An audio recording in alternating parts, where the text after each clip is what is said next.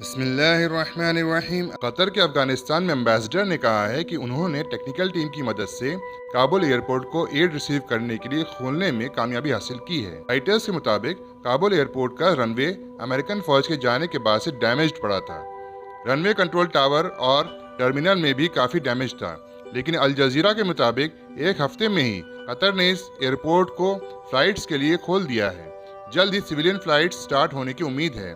अभी मज़ार शरीफ और कंधार के लिए फ्लाइट्स ऑपरेट हुई हैं। इस रिपोर्ट में बस इतना ही। हम मिलेंगे आपसे और अपडेट्स के साथ अपनी अगली रिपोर्ट में। अस्सलाम वालेकुम।